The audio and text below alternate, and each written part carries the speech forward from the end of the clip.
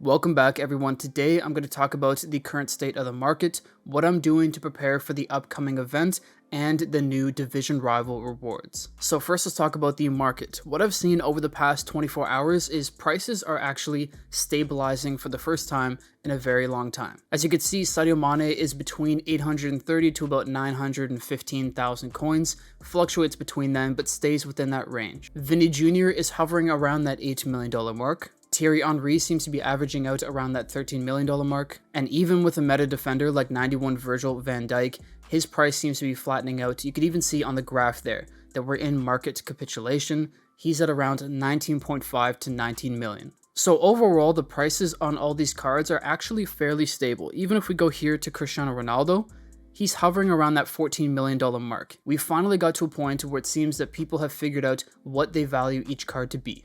Now, of course, there are some outliers. Messi has been breaking out, going up to the $25 million mark, which is incredible. He went from 17, 18 million to 25 million in just a few days. So there are some outliers. Some of these meta cards or the more popular cards seem to keep going up, but a lot have hovered around the same price. And the reason for this is that for the first time in a while, there aren't factors that are drastically affecting prices either up or down. And what I mean by that is we don't have any new packs, events, rewards, or anything that would put more supply of cards on the market or give people more coins to buy high-rated players. So a lot of players are just trending in a small price range, which is actually nice for once. We don't have to worry about cards going down a lot or missing out on cards going up a ton in value.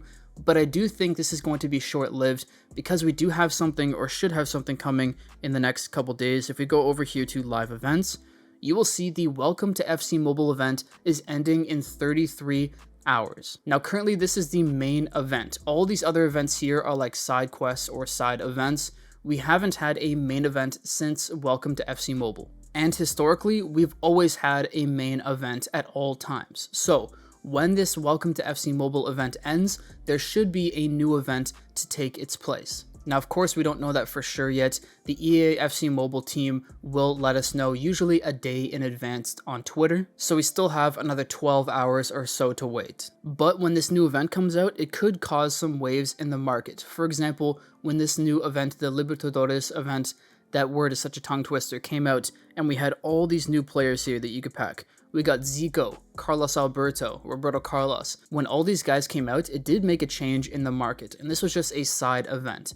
And the change was a lot of people were selling off their cards before the event or right when the event started because they assumed that those cards may be outdated from these new players. Of course, now we know that most of these players didn't replace the players that we already had, so those players ended up going back up in value, like R9, like Mbappe, all those other meta players. But if it is a main event that's going to replace the FC Mobile event, we could see some bigger shifts in the market. But as of right now, I can't speculate on anything. I don't know which cards will go up or down.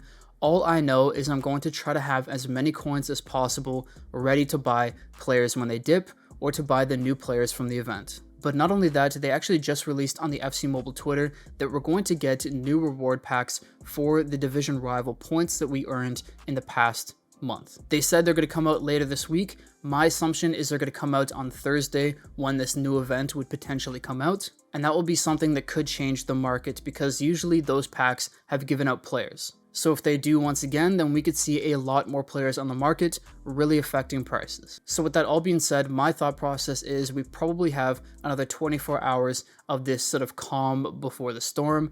And then on Wednesday, I can personally see some players being sold off. I don't know which ones yet. I wouldn't be surprised if we saw another sell-off of an R9 or a Maldini, but there's no way to say for sure, so I'm going to wait until then to figure out what I'm going to do. But as I said, to be prepared, something I have done is sold off all of my investments. As you can see, I liquidated Garrincha finally for 25.8 million coins, so we'll claim that. And I sold off another Oblak for 20.6. I pretty much made break even. I actually made $40,000 on that trade. But the reason why I sold them off is because I don't want to take a risk on any of them going down in price. They may not. They could go up in the next few days. Who knows? But I want to be as safe as possible.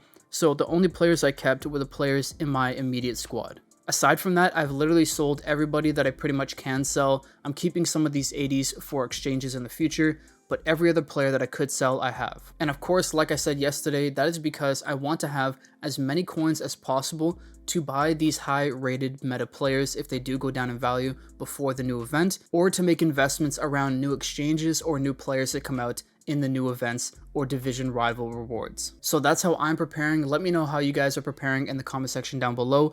Thank you everybody for the amazing support. I'm going to keep making these videos just so long as you guys want to see them, and I'll see you all in the next one. Peace.